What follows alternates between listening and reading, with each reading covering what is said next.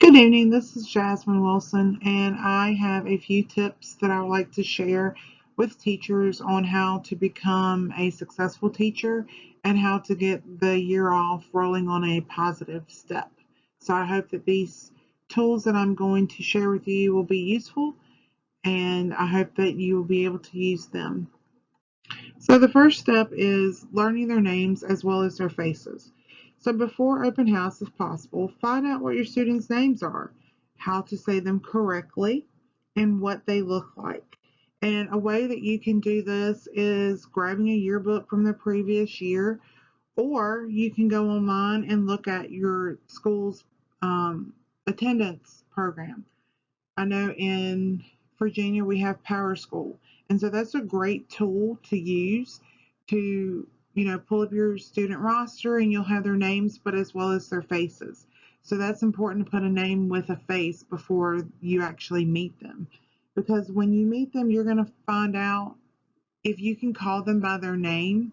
That makes a world of difference. It makes them feel good. It makes the parents feel good. And as I love the quote that I have right here, it says, learning first names assists in the learning process.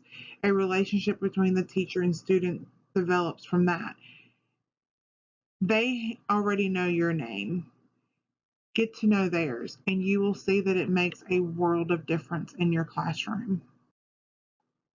Another part that is important is seeing the whole child for who they are.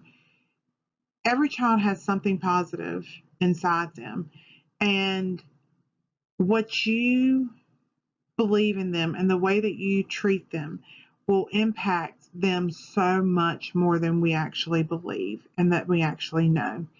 Each child has something beautiful and some special quality about themselves, and that is something that you should take and build on it. If you know that the child is obsessed with trucks, try to implement that into your lessons. Also, perhaps even allowing the child to present and share information about what they know.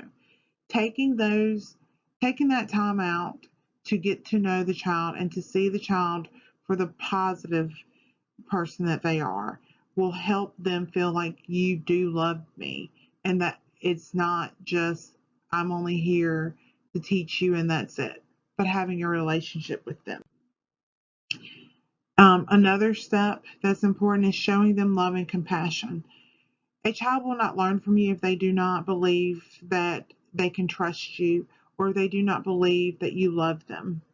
I love this Bible scripture from the book of Matthew where Jesus told them, when you have done this to the least of these, you've done it for me. So when we show our children love and compassion, it is like we are showing God love and compassion.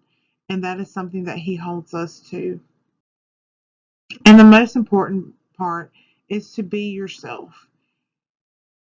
Don't try and mimic someone else's work. Do whatever is best for you and your students. You are their advocate. Be there for them. And just remember that God made you this teacher.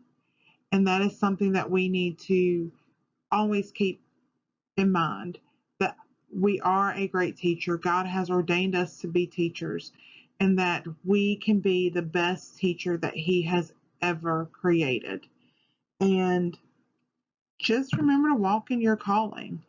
And I hope and pray that these tips were useful, and I hope that you can apply a few of them to your school year. Be blessed.